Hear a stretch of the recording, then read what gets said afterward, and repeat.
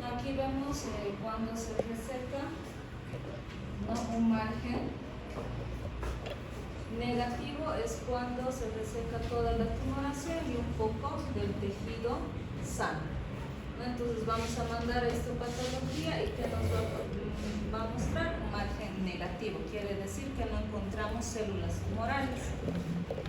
En este de abajo vemos que hemos resecado el tumor, pero ha quedado algo del tejido, ¿no? Con células cancerosas.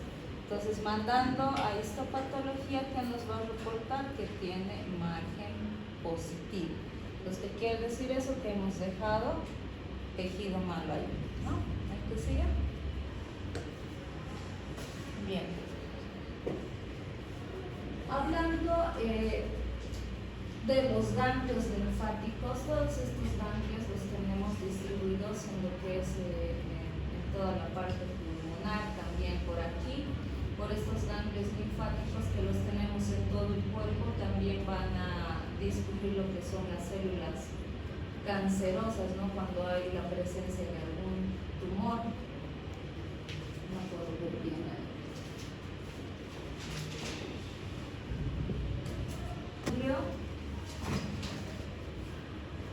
De la estación 1 tenemos el número 1, ¿cierto? Arriba. ¿Ven? Ese es de la muestra cervical. Están los supraclaviculares, ahí están más grandes. Están los supraclaviculares y también están los esternales inferiores. Después de la estación número 2 están los paratraqueales superiores. En la estación 3 tenemos los linfáticos prevasculares, ¿no? Ahí agrandado, los prevasculares y los retrotraqueales. Después en la estación 4 están los ganglios linfáticos paratraqueales inferiores. En el número 5 están los ganglios linfáticos subaórticos, que lo vemos aquí más grandecito en la imagen. En la estación número 6 están los ganglios linfáticos paraaórticos. En la estación 7 están los subcarinales. En la estación 8 los paraesofágicos. En la estación 9, los del ligamento pulmonar. En la estación 10, los linfáticos iliares. En la 11 están los linfáticos interlobales. En la 12, los linfáticos lobares. En la 13, los segmentarios. Y en la 14 están los subsegmentarios. Pasa. Eso pasa. Ese es un resumen, ¿no? Después está el tratamiento, ¿no? Podemos ver la cirugía si el cáncer solamente se encuentra en uno de los pulmones y en los ganglios linfáticos cercanos. La radioterapia, que es un tratamiento para el cáncer que usa rayos X de alta energía, y también otro tipo de radiación para poder destruir las células cancerosas o impedir que éstas se multipliquen. También está la quimioterapia, que se puede utilizar el cisplatino, que también reduce las células cancerosas. Está la inmunoterapia, que ayuda al sistema inmunitario a combatir también el cáncer. Luego está el cáncer de células no pequeñas. Este tiene distintos tipos de células cancerosas. Estas se pueden ir multiplicando y se van a diseminar en formas distintas. ¿No? Está el carcinoma de células escamosas, o también llamada epidermoide. Este se va a formar en las células delgadas y planas que revisten el interior de los pulmones. Luego está el carcinoma de células grandes, que es un tipo de cáncer pulmonar que empieza en varios tipos de células grandes. Luego está el adenocarcinoma, que empieza en las células que revisten los alvéolos y producen sustancias como el moco. El carcinoma de células escamosas es un tumor epitelial maligno que va a mostrar queratinización. y puentes intercelulares originado en el epitelio bronquial. Este puede ser queratinizante, es decir, que va a producir proteínas de queratina. No queratinizante, no produce estas proteínas, o basaloides que se encuentran en las células basales. No, aproximadamente 2/3 de estos tumores son de localización central y tienden a expandirse contra el bronquio causando compresión extrínseca. Estos van a ser propensos a desarrollar una necrosis central y una cavitación. Este suele metastatizar más tarde que el adenocarcinoma. ¿Cuáles van a ser los síntomas? Incluyen una tos persistente, una hemoptisis, dolor en el pecho, disnea. Los tumores que se han diseminado en otras partes del cuerpo pueden causar síntomas adicionales según la ubicación del cuerpo. No se puede diagnosticar mediante una PAP o una biopsia. Al examen microscópico vamos a ver queratinización, estratificación y formación de puentes intercelulares. Estos tumores se caracterizan por sábanas de células redondeadas o poligonales con nucleolos y abundante citoplasma pálido. Este tipo de carcinoma se detecta más fácil que el adenocarcinoma mediante un examen citológico de esputo, y se va a confirmar el diagnóstico mediante inmunohistoquímica, que va a detectar los antígenos en las células de los tejidos. El adenocarcinoma son tumores epiteliales malignos con diferenciación glandular o producción de mucina.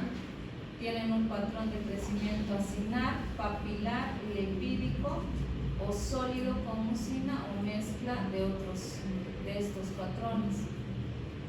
Este comienza a partir de células especializadas llamadas neumocitos que recubren el interior de los alvéolos pulmonares.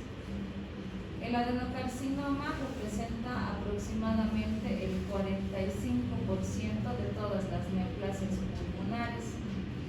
Al microscopio va a estar constituido por células cúbicas o cilíndricas con una cantidad adecuada o abundante de citoplasma rosa o acolado y algunos indicios de formación glandular. La mayoría de estos tumores se va a localizar en la periferia. ¿Qué habíamos dicho del otro carcinoma? Está con los dispositivos. Es central, Este es más periférico. Los tipos histológicos más comunes son, como habíamos mencionado ya, lipídico, sólido, acinar, papilar y micropapilar. El patrón lipídico se va a observar células cancerosas en el revestimiento de los alvéolos. Estas van a reemplazar a los neumocitos normales a medida que van creciendo. Ese es el tipo histológico más común. Si el tumor mide menos de 3 centímetros y muestra un patrón de crecimiento lipídico, se denomina adenocarcinoma in situ.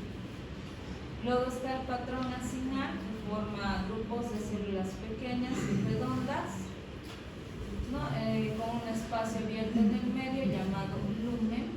Este es el segundo tipo histológico más común. Luego está el patrón sólido, que forman grandes grupos con poco espacio entre ellas. Este es más agresivo que el lipídico y el acinar y hace metástasis, se extiende hacia los ganglios linfáticos. El patrón papilar, las células cancerosas se van a unir para formar proyecciones de tejidos largos en forma de dedos llamados papilas. El tipo papilar de adenocarcinoma tiende a ser más agresivo que el lipídico, pero es menos agresivo que el tumor de tipo sólido o micropapilar. Y el patrón micropapilar, estas células se van a unir para formar pequeños grupos de células que se ubican dentro de un espacio. Este va a ser agresivo, va a haber metástasis hacia los ganglios linfáticos y otras partes de los pulmones. Dentro de los grados del tumor tenemos el bien diferenciado, el moderadamente diferenciado y el pobremente diferenciado. No, en el primero el tumor es lipídico en su mayoría, con menos del 20% de crecimiento sólido o micropapilar. Luego está el moderadamente diferenciado, que es de tipo acinar o papilar, con menos del 20% de crecimiento sólido o micropapilar. Y el pobremente diferenciado es un tumor con más del 20% de crecimiento sólido o micropapilar con áreas formadas por glándulas complejas o células individuales. En cuanto a la histopatología, está constituido por células binucleadas que tienen mucina en el 80% de los casos, ¿no? Por tanto van a producir moco, forman una sola hilera de células prismáticas con proliferación papilar, tubular o acinar y algunas veces glándulas completas. ¿En qué sigue? El carcinoma de células grandes se caracteriza por un crecimiento anormal de estas células malignas que van a ser grandes y redondeadas bajo el microscopio. La causa exacta no se conoce, pero que hemos dicho que puede ser la etiología. ¿Qué dijimos? ¿Cuáles pueden ser las causas? Tabaquismo, ¿no? ¿Qué más?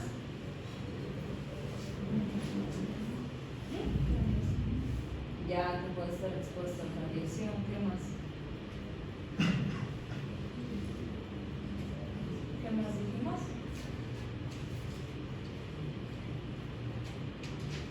A ver, tú te estás durmiendo, respondemos. Despertamos, ¿qué más dijimos? ¿No se acuerdan? Dijimos amianto, dijimos, ¿no? Pero la causa principal dijimos que era el tabaquismo y como segunda causa el ramo, ¿no? No se pueden, ya, sí. Síntomas. Puede experimentar el paciente tos persistente, dolor a nivel del pecho, disnea, fatiga, pérdida de peso, ¿no? E infecciones respiratorias recurrentes. La detección y el tratamiento temprano son cruciales para controlar el carcinoma de células grandes. En cuanto a la histopatología, está formado por células poligonales con núcleo grande vesicular, con núcleo prominente. Algunos tienen mucina intranuclear, el citoplasma es abundante. Existen distintos tipos de carcinoma de células, como el carcinoma de células gigantes, que pueden ser multinucleares, o carcinoma de células claras o el de células fusiformes. El diagnóstico, bueno, para el diagnóstico tenemos que realizar una buena exploración física, ¿no? Y esto tiene que centrarse en el aparato cardiorrespiratorio. Tenemos que ver si hay la presencia de ganglios linfáticos supraclaviculares, ¿no? ¿Qué estación dijimos que era?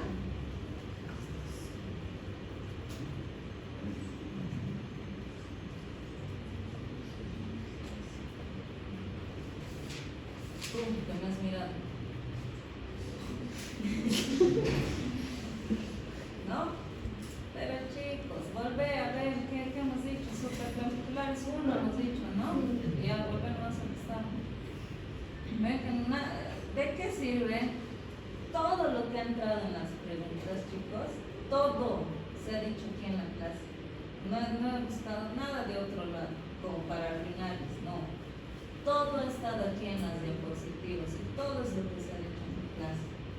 Yo entiendo que todos tienen un montón de exámenes todos los días y tienen que estudiar, pero la presencia de estos ganglios linfáticos, ¿no? Entonces, si nosotros ya estamos observando como en la imagen que tiene un ganglio supraclavicular, entonces de este ganglio podemos realizar una biopsia, ¿no? Y mandarle a estudiar.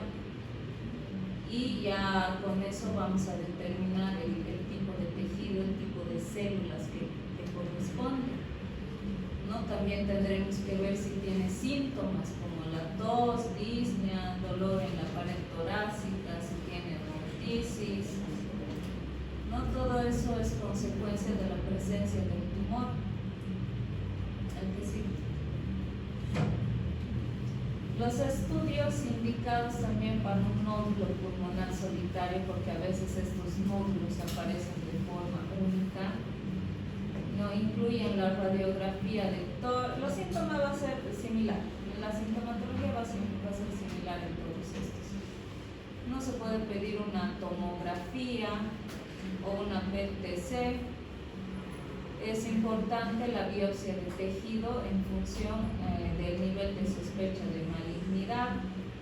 Estos nódulos pulmonares solitarios están a veces calcificados, ¿no? O demuestran estabilidad radiológica también en la tomografía de tórax. Si demuestran, ¿a qué se refiere con que demuestran estabilidad radiológica? Es decir, el paciente está yendo a la consulta por tal síntoma, se le pide una radiografía de tórax y se ve algún nódulo, se pide una tomografía.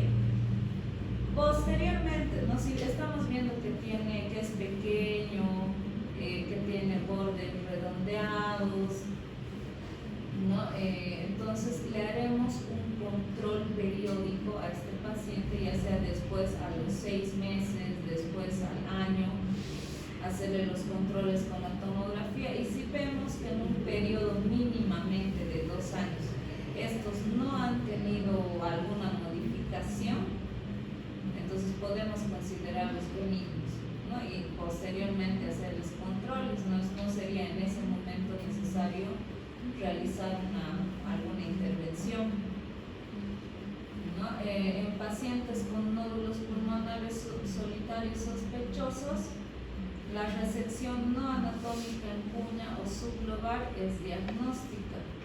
No se recomienda hacer la resección no anatómica, ¿no? Si estos nódulos solitarios, por decirles, están cerca a la periferia de los lóbulos, entonces se puede hacer lo que se dice una segmentectomía. Es decir, solamente un segmento del lóbulo es lo que vamos a resecar, ¿no? Si está en la periferia. Ahora, si es un nódulo que está en la parte central de alguno de los lóbulos y se tiene que realizar la intervención quirúrgica, entonces tendremos que sacar todo el lóbulo, y para eso tendremos que hacer primero estudios, ¿no? De función respiratoria. Si el patólogo confirma el diagnóstico de este carcinoma pulmonar de células no pequeñas, hay que proceder a la resección definitiva durante la misma intervención.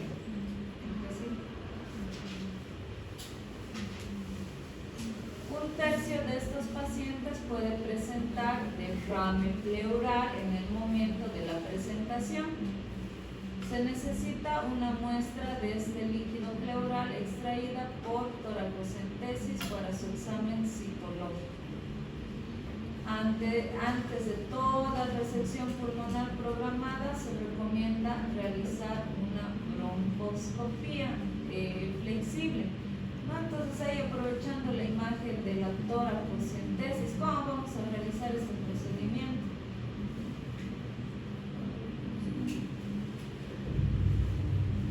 Le hemos sacado una placa de tórax y tomar en cuenta, ¿no? En la placa de tórax, cuando se ve derrame, es porque ya por lo menos hay unos 200 a 300 ml de líquido, ¿no? Entonces, ¿cómo vamos a realizar este procedimiento? A ver, ahí está, ¿quién me va a describir?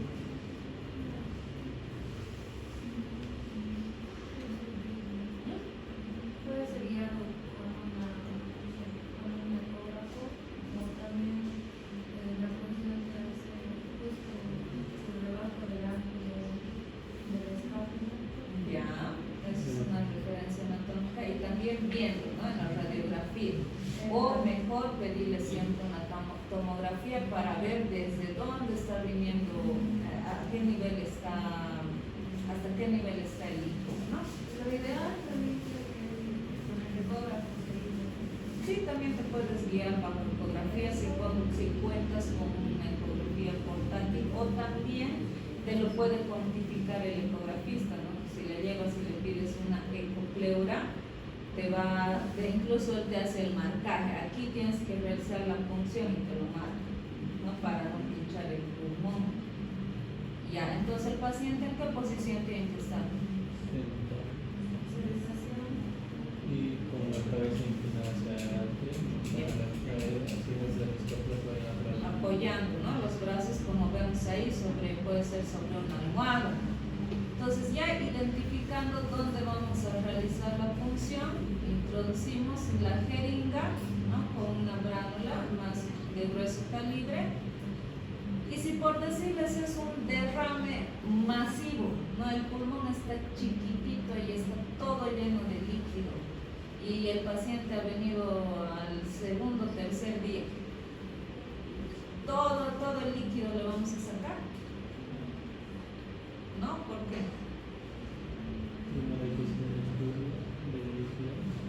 No, esa no es la razón.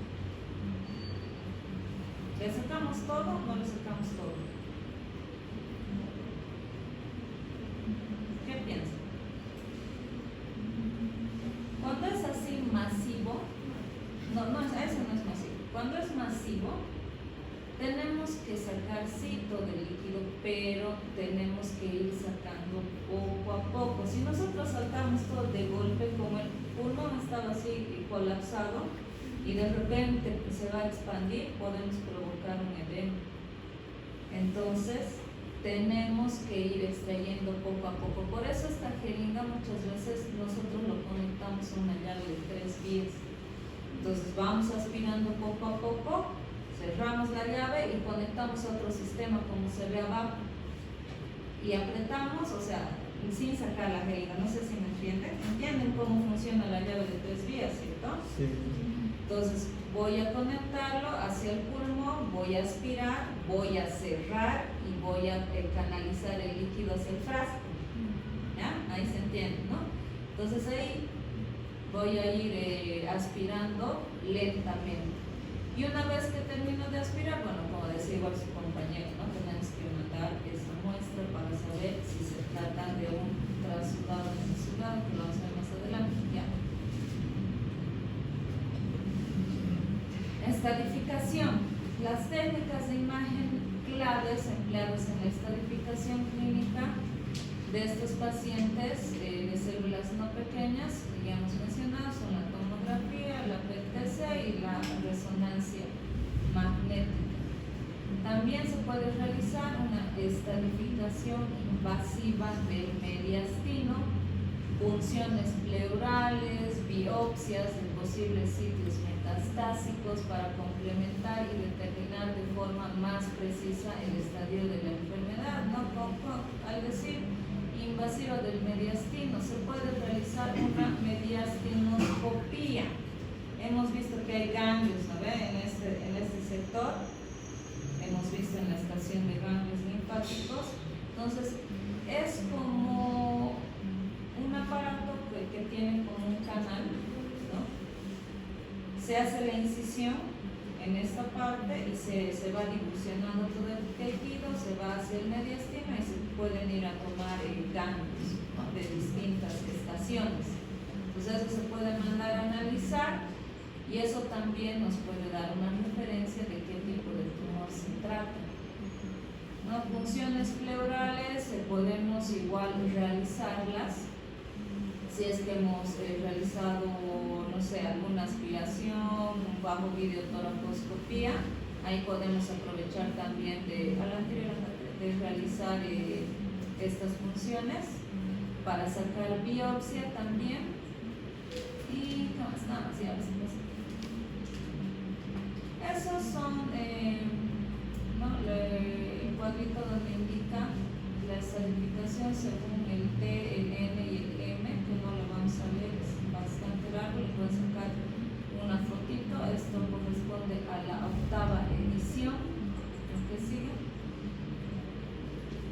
también. ¿El que sigue? Resultados del tratamiento del cáncer del pulmón. La estratificación previa al tratamiento es el paso clave antes de iniciar dicho tratamiento. La enfermedad en estadio 1 y estadio 2 se corresponden a la presencia de un tumor limitado al pulmón y que se puede extirpar completamente de forma quirúrgica. El tratamiento de elección es la resección anatómica de glóbulos, que se corresponde, donde se origina con muestreo completo de los ganglios mediastínicos. La radioterapia corporal es celiotáctica, igual que emite radiación. Ha obtenido buenos resultados precoces en algunos pacientes seleccionados que no pueden tolerar la resección quirúrgica. El que sigue. La enfermedad en estadio 4 y 3B es ya avanzada. No se trata típicamente mediante cirugía, salvo en pacientes que precisen una cirugía paliativa. Son frecuentes los tratamientos sistémicos para la enfermedad metastásica. La quimio-radioterapia se suele emplear en la enfermedad de estadio 3B. Los tratamientos dirigidos y la inmunoterapia están obteniendo resultados prometedores. ¿Qué sigue? En el cáncer de pulmón estadio 3A, cabe destacar que la mayor parte de los tumores en este estadio están avanzados, ¿no?, para poder plantearse la resección. Los tumores en estadio 3A son resecables, pueden ser tumores pequeños que debutan con una carga tumoral baja en los ganglios mediastínicos o tumores grandes que no afectan los ganglios mediastínicos. Se emplean combinaciones de radioterapia, de quimioterapia. Después, en circunstancias como el síndrome de la vena cava superior, la invasión tumoral de la arteria pulmonar principal a través del mediastino, están las metástasis ganglionares N3, lesiones pleurales, pericárdicas malignas, metástasis extratorácicas. Conllevan más riesgos que ventajas en la mayoría de los casos para poder realizar este tratamiento. El tratamiento local para el cáncer de pulmón de células no pequeñas en estadios iniciales, como ser en estadio 1 y 2, responden bien a la cirugía y a la disección ganglionar mediastínica. Se puede optar por la resección anatómica o lobectomía con disección sistémica, obtención de muestras de ganglios linfáticos o segmentectomía, como ya hemos mencionado hace rato. El tratamiento antes o después de la cirugía puede ser con quimioterapia o radioterapia. Ya hablando de la tráquea, podemos ver que pueden existir estenosis benignas a nivel de la tráquea. ¿Esto por qué? Por una consecuencia de una traqueotomía o la ventilación artificial o por traumatismos. La herida de la traqueotomía se puede colonizar por bacterias con la necrosis local debido a la presión también, ¿no?, que ejerce el tubo, y por alteración mecánica. Entonces, al momento ya de que el paciente haya superado la enfermedad por la cual estaba cursando, se tenía que hacer una traqueostomía, y si todo ha ido bien, ¿no?, y ha salido adelante, entonces al momento de retirar, ¿qué va a pasar en la tráquea? También se va a formar una cicatriz, ¿no?, porque es una herida, se ha hecho una herida, se ha hecho una apertura. Entonces se va a formar la cicatriz y eso también puede hacer que se retraiga, ¿no?, a ese nivel y producir la estenosis. Y el paciente puede ser que no respire de forma adecuada. Los síntomas de la obstrucción traqueal pueden aparecer de forma inmediata tras la extubación o lentamente a lo largo de los años. Dentro de los signos clínicos está el estridor, la disnea, ¿no? Cuando la luz se oblitera más de un 50%. ¿Cuál va a ser el tratamiento? El tratamiento convencional de estos pacientes incluye la resección del segmento traqueal patológico con anastomosis término-terminal. Entonces, ¿qué quiero decir? Toda esa parte que está estenosada la vamos a retirar y se puede volver a unir las dos partes de la tráquea, ¿sí? Hasta se puede sacar 5 centímetros de tráquea y volver a realizar la unión término-terminal. ¿Qué sigue? Dentro de las neoplasias primarias traqueales, la mayor parte de los tumores traqueales en adultos son malignos y entre la mitad y 2/3 son de células escamosas. El segundo tumor más frecuente es el carcinoma adenoideo quístico, con sus siglas CAQ. La mayor parte de los tumores traqueales no son lesiones primarias, sino que se producen por infiltración directa de la tráquea, por carcinomas de pulmón, esófago, laringe o tiroides. Los tumores pueden aparecer como un nódulo intraluminal y progresar para afectar al mediastino o producir metástasis ganglionales. ¿Qué pasa? ¿Estás bien? ¿O lo apagamos? Entonces, ¿qué dijimos? Forman típicamente lesiones polipoideas. Como vemos en la imagen, esa es una lesión polipoidea que puede ser en la tráquea o en el bronquio principal. ¿Y cómo es que nosotros los vamos a poder visualizar bien en qué parte está? ¿Con qué estudio?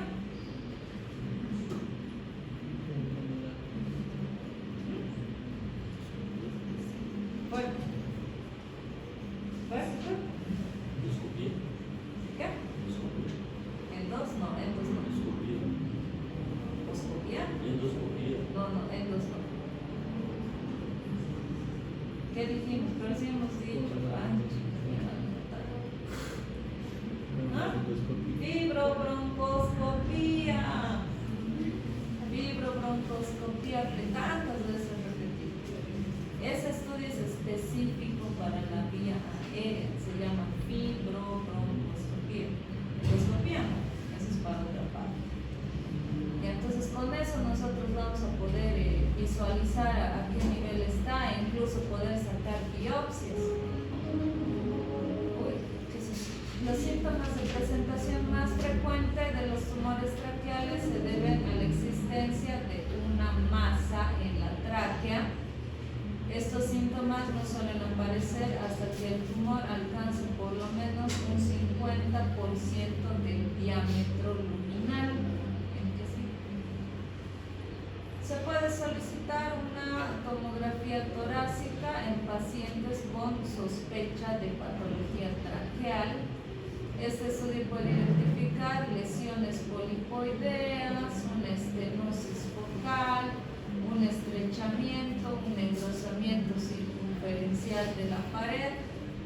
La broncoscopía o fibrobroncoscopía es obligada para obtener el diagnóstico tisular y diferenciar los tumores. Cérralo, por favor. Sean los tumores benignos y malignos, ¿no? También está la PET-CT que puede ser útil para la estadificación del cáncer, pero los datos sobre los tumores traqueales son limitados. Las principales modalidades terapéuticas para los tumores traqueales son la cirugía y la radioterapia. Dentro de los traumatismos traqueales están los traumatismos penetrantes o cerrados del cuello o la tráquea, que pueden producir laceraciones, cortes o desgarros a nivel de la tráquea cervical y mediastínica. ¿no? Los signos clínicos son la taquipnea, el enfisema subcutáneo. ¿Qué será el enfisema subcutáneo?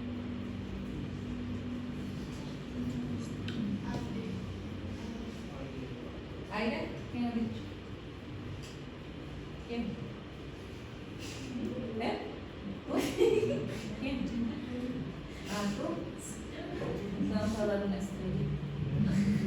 Aire, no es aire que escapa hacia los tejidos. Y cuando ustedes palpen, van a sentir así como un crépito, como burbujas que están tocando en el tejido. Y eso tienen que vigilar en el paciente, ¿no? Incluso se les puede hacer una marcación con cualquier marcador, ¿no? Para ver si eso está aumentando. Y aquí también se ve, aquí está el aire, ¿ve? No debería verse así, esto es aire.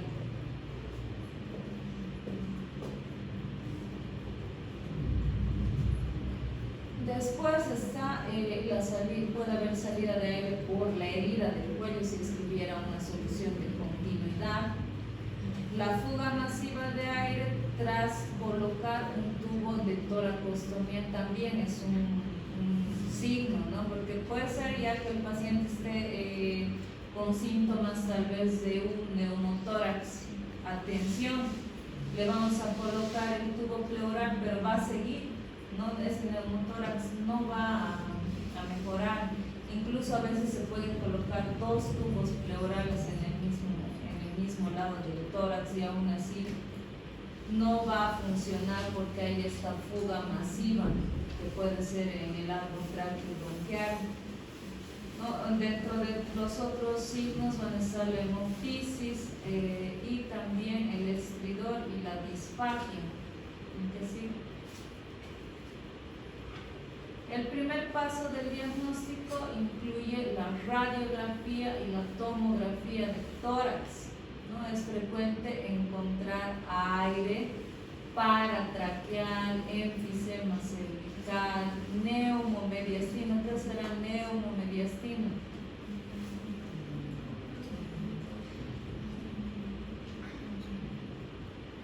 Creo que la voy preguntando uno por uno. Parece que todas las anteriores clases nadie ha prestado atención. Bueno, no les voy a bajar tanto su autoestima, o sea, han dado más o menos, o sea, no como esperaba. Pero es lo que sí, la verdad se tienen que esforzar, ¿no? Para decir un parcial, si no, sin asco, así se van a pasar sin asco.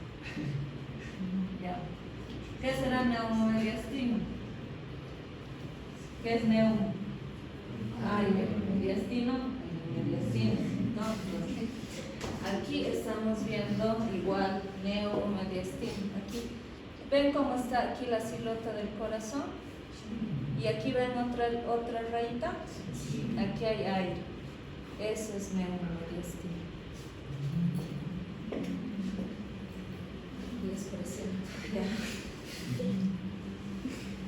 Entre las lesiones asociadas destacan neumotórax, hemotórax, fracturas costales, contusión pulmonar, fractura de laringe, lesiones esofágicas, de la columna cervical y de los grandes vasos. La broncoscopia es la técnica más importante para localizar de forma exacta y valorar las lesiones traqueobronquiales. La reparación quirúrgica primaria es el tratamiento de elección para recuperar la continuidad de la vía aérea, ¿no? Porque por más que pongamos, como les he mencionado hace rato, sellos pleurales, tubos pleurales, si no reparamos la lesión del árbol traqueobronquial, no vamos a solucionar nada. Pleura, derrames pleurales. ¿Quieren 5 minutos? Pero no van a salir, aquí nomás. ¿Ya? Sí. 5 minutos.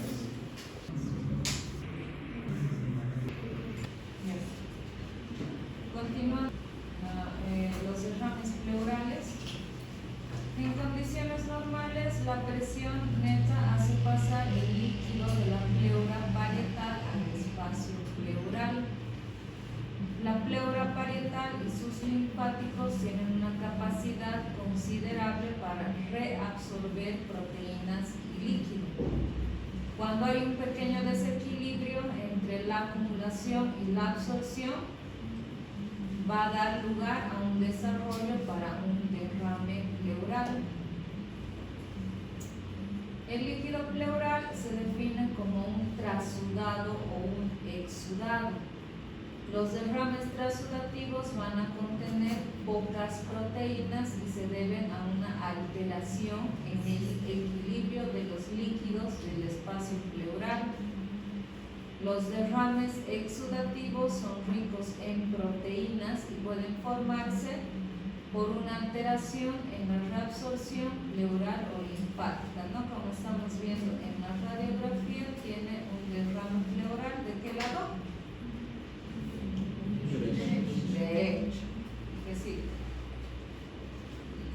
No, dentro de algunas causas de los derrames pleurales de causa trasudativa pueden estar la insuficiencia cardíaca, la cirrosis, el síndrome nefrótico, hipoaluminemia, una sobrecarga de líquidos, una embolia pulmonar, un colapso lobar.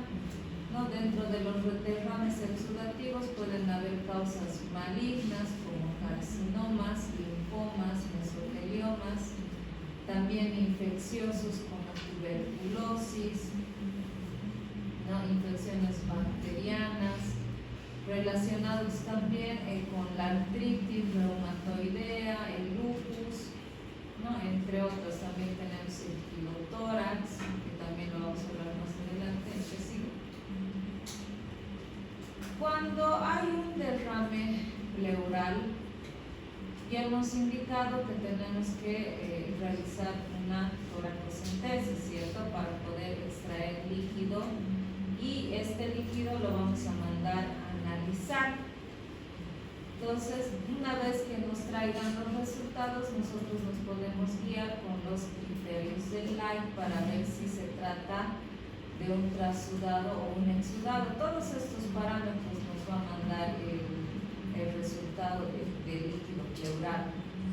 ¿No? Si es una relación LDH pleural suero menor a 0.6, se trata de un trasudado. Si es mayor a 0.6, de un exudado.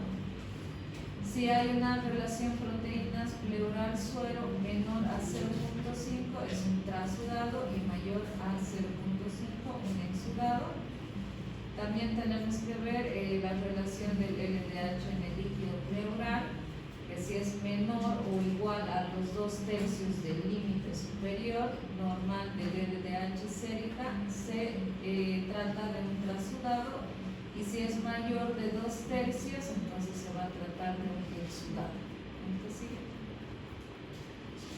Dentro de los derrames pleurales benignos, ¿no? La mayoría de estos derrames van a ser trasudados, como en la insuficiencia cardíaca, en la citis o en la malnutrición.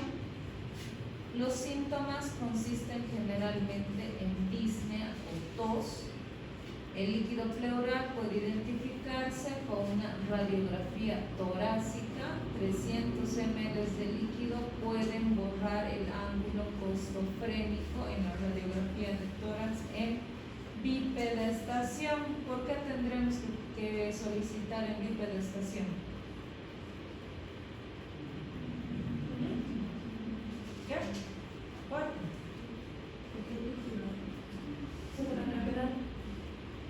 Y si está recostado, ¿qué va a pasar?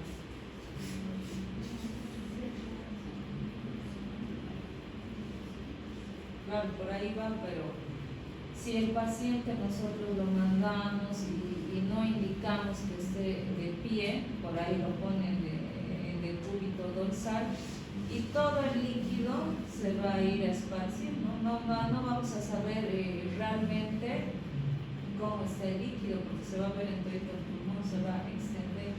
Entonces siempre estos pacientes tenemos que pedirles una radiografía en bipedestación. La toracocentesis inicial debe extraer totalmente el líquido para el diagnóstico y el tratamiento. El drenaje del derrame puede ser diagnóstico y terapéutico.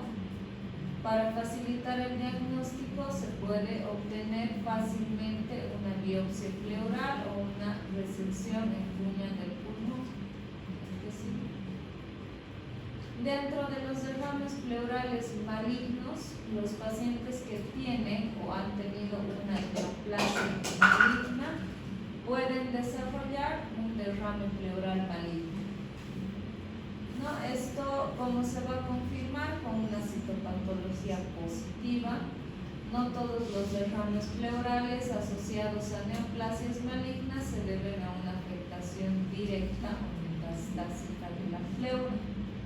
La alternativa de colocar un catéter pleural permanente a largo plazo se debe plantear porque estos dispositivos no solo permiten un drenaje repetido del derrame pleural maligno, ¿no? O también se puede inducir a una pleurodesis. ¿Qué será una pleurodesis? En realidad no podríamos dejarle no tanto tiempo ahí como un drenaje, porque si se trata de un derrame pleural maligno, vamos a nosotros a sacar el líquido y otra vez se va a volver a juntar. Y si nosotros ya tenemos un diagnóstico, no, ya sabemos que se trata de un cáncer pulmonar, por ahí está en estadio avanzado y estos derrames pleurales malignos son repetitivos. Entonces, lo que se puede hacer con este paciente es un procedimiento quirúrgico que puede ser mediante videotoracoscopía, ¿no? Se puede drenar nuevamente el derrame pleural maligno y toda la pared de la parte interna se puede colocar una gasita con iodopovidona y el instrumental se puede ir a raspar lo que son los espacios intercostales. Todito ir a raspar. Y va a ser como una herida, entre comillas. ¿No? Vamos a ir a raspar todo eso con la gasita. Y después de eso le podemos echar talco. Se echa talco. ¿Para qué? Para que el pulmón se pegue a la pared del tórax y no haya oportunidad de otra vez que se forme el líquido. Ya sabemos que tiene una patología cancerígena. Los derrames van a volver, tal vez ya no hay ningún tratamiento quirúrgico más que se le pueda hacer, entonces eso es algo paliativo que le va a ayudar al paciente para que no esté yendo todo el tiempo al hospital a hacerse drenar su derrame pleural. No, de eso se trata. El empiema es una infección del espacio pleural, generalmente en forma de exudado.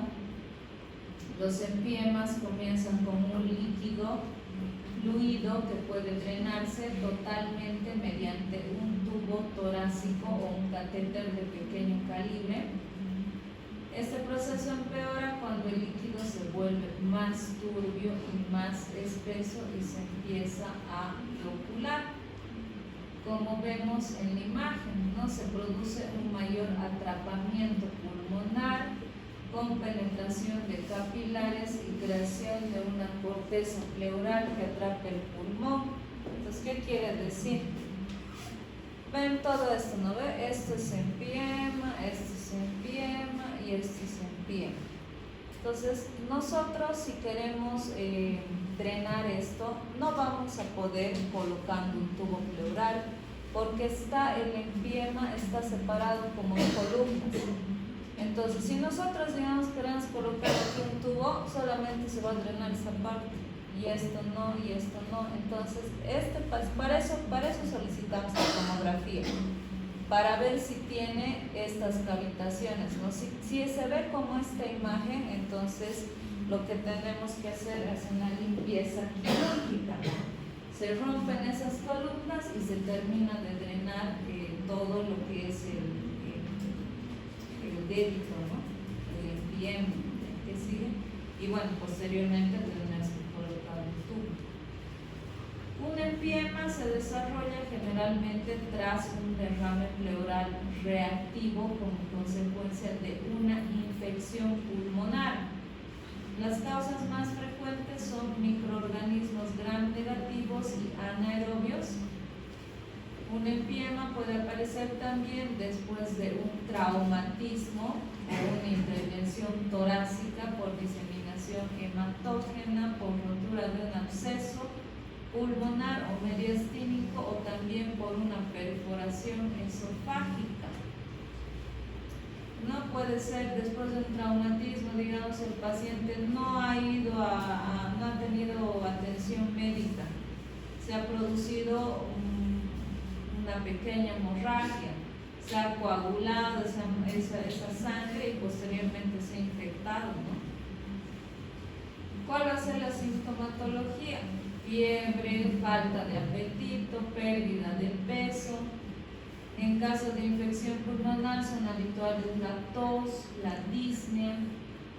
El estudio diagnóstico incluye una radiografía de tórax, una tomografía de tórax y también del abdomen superior. El tratamiento de un empiema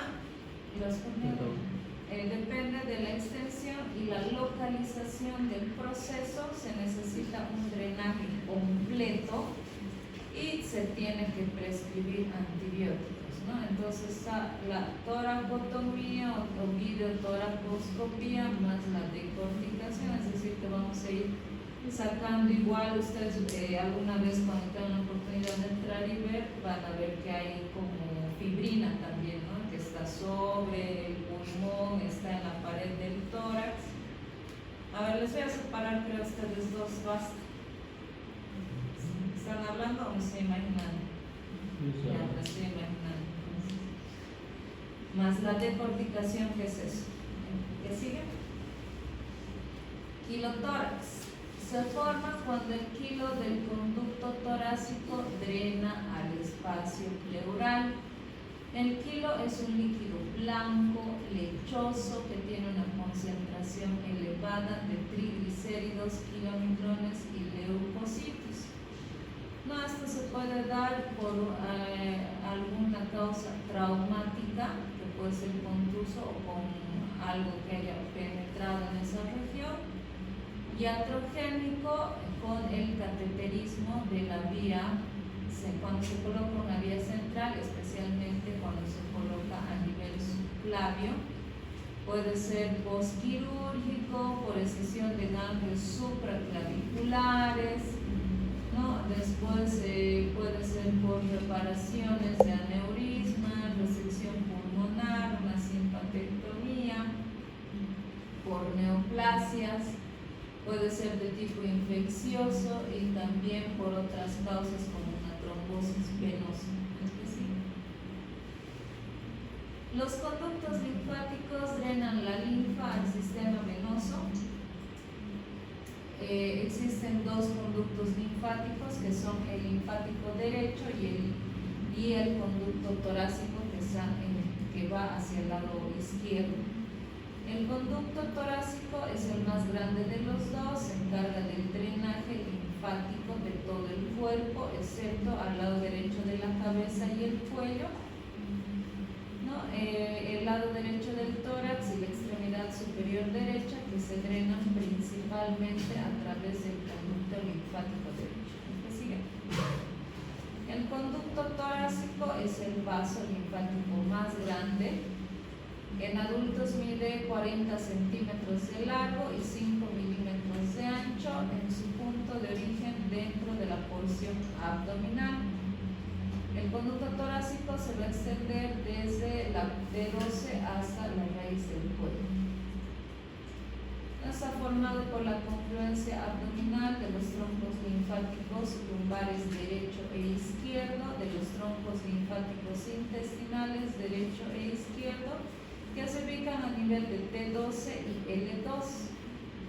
Si esta confluencia es ocular, se conoce como la cisterna del quilo.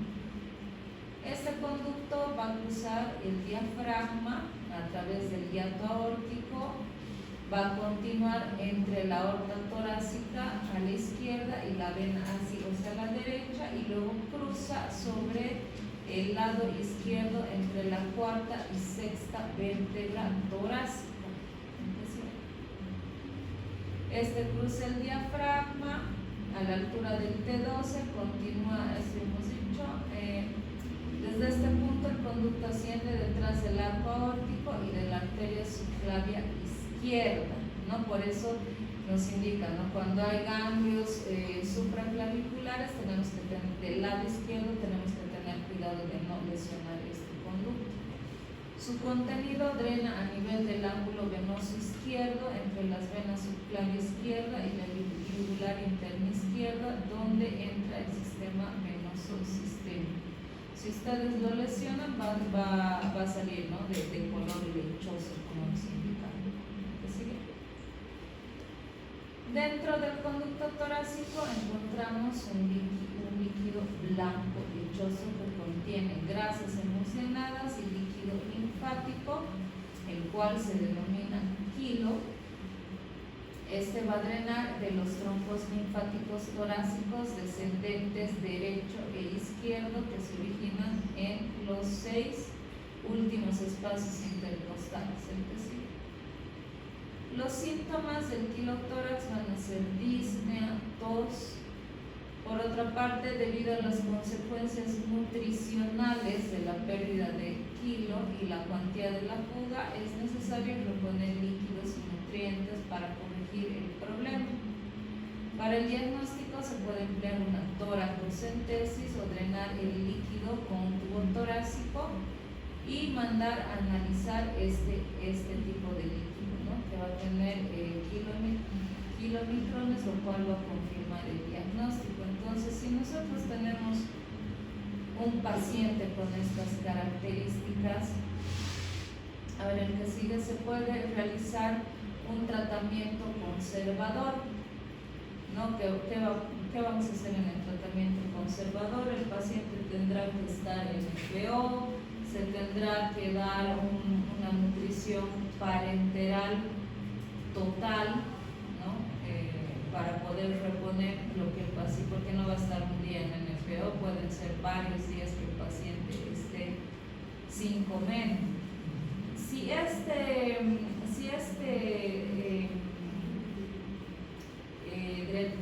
el débito del kilo es escaso, no, por ahí se puede cerrar, ¿no? Si le dejamos el NFO al paciente, ¿no? Y no generamos que se produzca más kilo. Pero si si no tiene un débito escaso y al contrario es un débito que va sumando cada día más, entonces tendremos que pensar pues en un tratamiento quirúrgico para poder cerrar la brecha donde esté perdiendo kilo y de esta manera poder controlar la fuga. ¿Qué sigue? Neumotórax. El neumotórax es una acumulación de aire en el espacio pleural. Puede producirse tras un traumatismo, una intervención quirúrgica, la aspiración con una aguja, ¿no? Porque igual al realizar toracocentesis podemos pinchar el pulmón y el paciente va a empezar a toser, eso nos va a indicar que hemos pinchado el pulmón, ¿no? Y tendríamos que sacar inmediatamente. La inserción de una línea central, es decir, de una vía venosa central, especialmente también, ¿no? En la subclavia, por la cercanía con el ápice pulmonar, podemos ir a pinchar también el pulmón.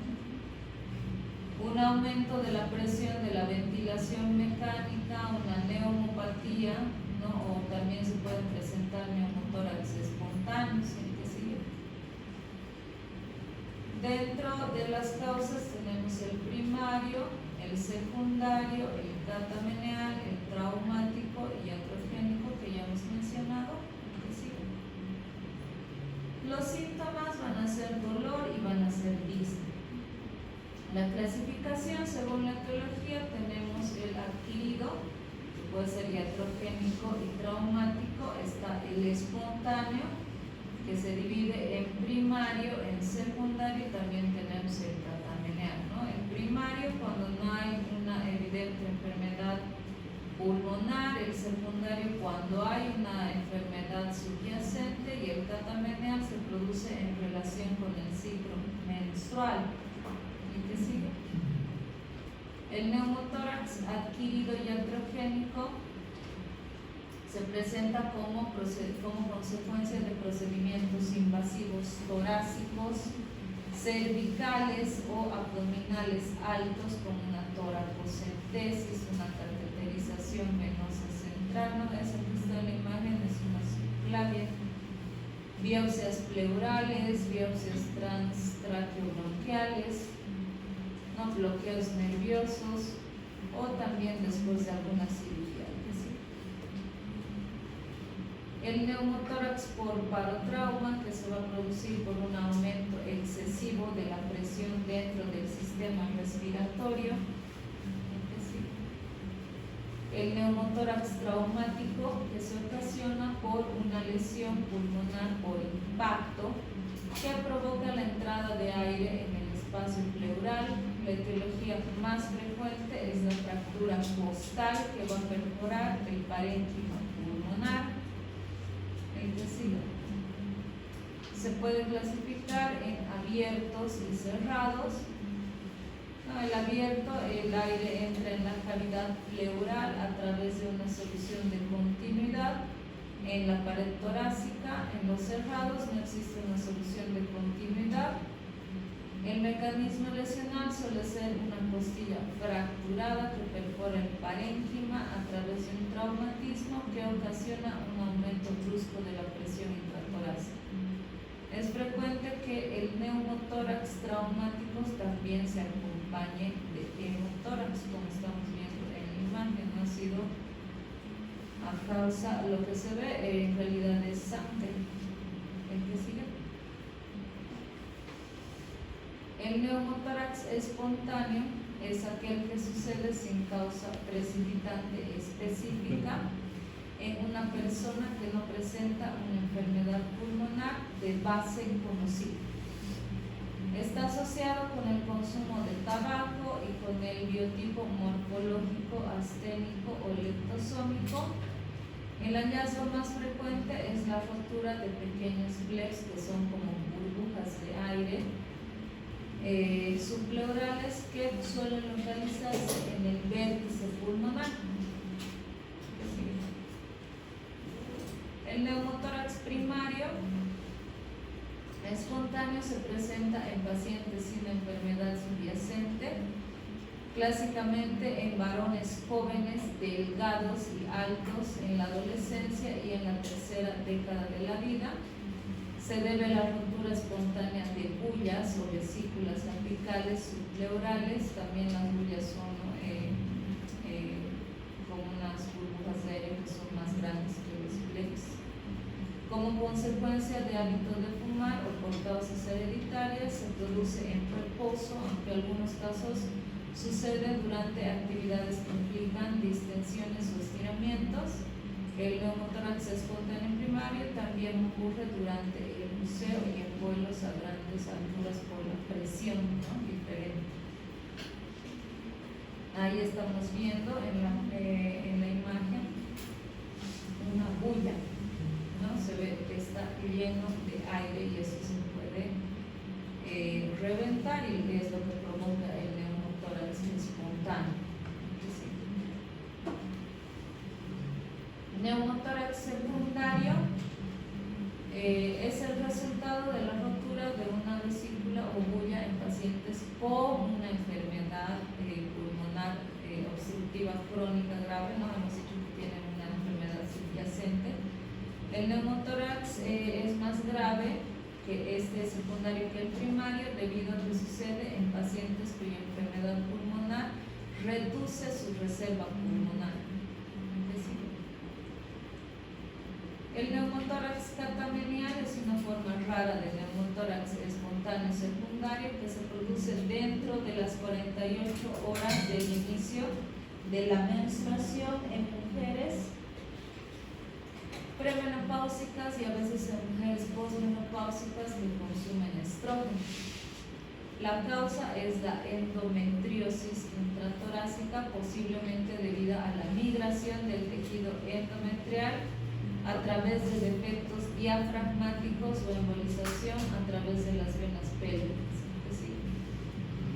El neumotórax a tensión causa un aumento progresivo de la presión intrapleural a niveles que se tornan positivos durante todo el ciclo respiratorio y colapsa el pulmón desplazando el mediastino hacia el lado contralateral y disminuyendo el retorno venoso al corazón. Sin un tratamiento adecuado puede causar hipotensión sistémica, paro respiratorio y cardíaco en cuestión de minutos, ¿no? Este neumotórax a tensión se produce con mayor frecuencia en pacientes que reciben una ventilación con presión positiva. Entonces, como vemos en la imagen, hemos dicho, ¿no?, que hay una desviación del mediastino hacia el lado contralateral y estamos viendo, miren cómo se reduce el pulmón tan pequeñito con este neumotórax. Atención, ¿y cuál va a ser el tratamiento? ¿Qué tenemos que hacer con este neumotórax? Atención.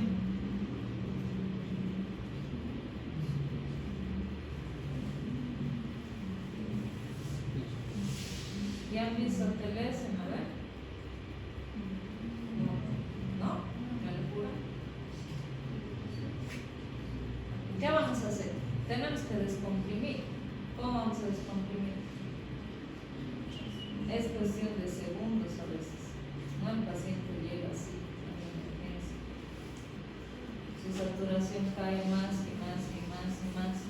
Entonces tenemos que ir a ubicar lo que es el segundo espacio intercostal y tenemos que introducir una bránula de grueso calibre que puede ser una 14 sobre el borde superior e inferior. Superior. Ya entre inferior le ven castigar. Cosas así, te ven colgar de tus orejas. Ya, superior. ¿Se acuerdan que hemos dicho, no? Que el inferior, ¿qué pasa por el borde inferior?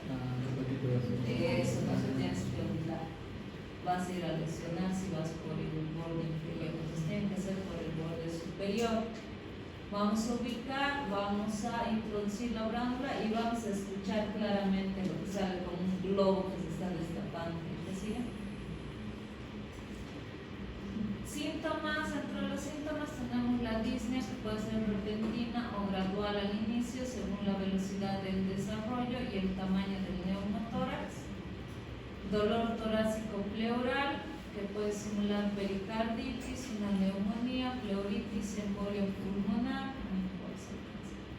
lesiones musculoesqueléticas, el que sigue. Los hallazgos físicos, ausencia de frémito táctil, como estamos viendo en la imagen, hiperresonancia a la percusión, disminución de los ruidos respiratorios en el lado afectado o abolición, hipotensión, ¿qué más? ¿Qué sigue? Diagnóstico. Muchas veces no vamos a poder nosotros realizar una radiografía del tórax si es un neumotórax a tensión. No tendremos que actuar rápidamente de acuerdo a la clínica que el paciente refiere y a los antecedentes por los cuales hubiera ocurrido este neumotórax a tensión. No, el aire radiotransparente y la ausencia de marcas pulmonares yuxtapuestas entre un lóbulo o pulmón contraído y la pleura parietal son diagnósticos de un neumotórax, o también se puede solicitar un ataque de tórax, pero insisto, o sea, si es un neumotórax de tensión hay que actuar en el momento. ¿Y qué sigue? El tratamiento ya lo hemos dicho. Bueno, ya hemos dicho estimular con una aguja de calibre 14 o 16 se llega a penetrar en la cavidad torácica para realizar la aspiración, ¿no? En el segundo espacio intercostal. Línea medio clavicular. ¿Qué sigue?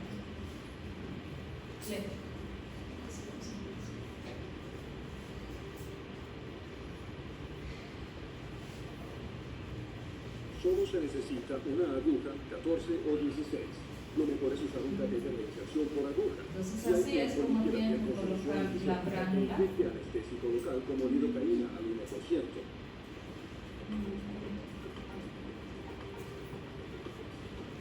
Aunque la inserción en cualquier lugar del epítórax correcto descomprimirá un neumotórax a tensión, el sitio de inserción preferido es el segundo espacio intercostal en la línea clavicular media, como se muestra aquí. Línea media clavicular.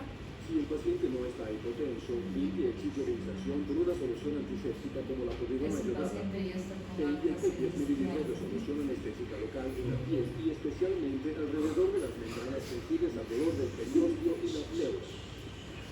Introduzca la aguja en la Borde piel sobre la superior. costilla ubicada bajo el interespacio deseado. Evita la deposición cefálica sobre la costilla hasta punzar la pleura. Con eso le van a salvar con la reducción la vida química al de la paciente. resistencia. Después de realizar una toracostomía con aguja, introduzca un tubo de tórax como se describe en otro video. Asegúrese de introducir la aguja sobre el borde superior de la costilla para evitar el paquete neurovascular en el borde inferior de cada costilla. Ya, aunque bien que no sé si son bien posibles. Es más, bien. Entonces, para la colocación del tubo pleural, el paciente va a estar en posición de semi-Fowler. Vamos a ir a ubicar lo que es la línea axilar anterior, la media y la posterior. Vamos a realizar entre la anterior y la media. También se puede realizar en la posterior, pero generalmente se realiza siempre. Vamos a realizar la antisepsia, vamos a colocar la anestesia local infiltrativa, vamos a hacer un corte en la piel, tejido celular, vamos a ir a ubicar con el dedo, vamos a ir a ubicar la parte superior de la costilla y ahí es donde vamos a introducir nuestro instrumental, que puede ser una key. Y al momento de pasar, ustedes van a sentir cómo van la pleura, lo que se rompe al momento de entrar con la key. Posteriormente, con pausa y un poquito. Después que nosotros hemos ubicado el borde superior y hemos hecho la incisión, inmediatamente tendremos que colocar lo que es el tubo pleural. Antes ya nosotros tenemos que alistar la trampa de agua, que es eso lo que vemos ahorita en la imagen. Tenemos que cargar solución fisiológica, porque este sistema, al momento de colocar el tubo, si está sin agua, otra vez va a volver a entrar aire, ¿cierto? Porque tiene una presión negativa. Entonces, sí o sí tenemos que colocar agua. Entonces, al momento, si es un neumotórax, cuando colocamos el tubo, inmediatamente en el agua van a haber burbujeo. ¿No? Entonces, para colocar el tubo pleural tenemos que plantear la parte distal del tubo. Acuérdense que tiene fenestras también, ¿no? Y si nosotros dejamos así libre, más se va a entrar el aire. Entonces, clampeamos el tubo, introducimos hacia arriba y hacia atrás, en esa dirección. Conectamos al sistema de trampa de agua y recién podemos soltar. ¿Ya? Vamos a continuar. Y tenemos que fijar, ¿no? Como hace rato se veía, tenemos que fijar el tubo pleural como cualquier drenaje y ahí vamos a ver o bien salida de aire o bien salida de derrame pleural o empiema, ¿no? Etcétera, todo lo que hemos visto. Entonces, posterior a la colocación del tubo de tórax, ¿qué tendremos que hacer? Ya lo último, ya. Un control de placa, ¿no? De placa de tórax, para ver cómo está la posición del tubo. Ya, bien, se puede.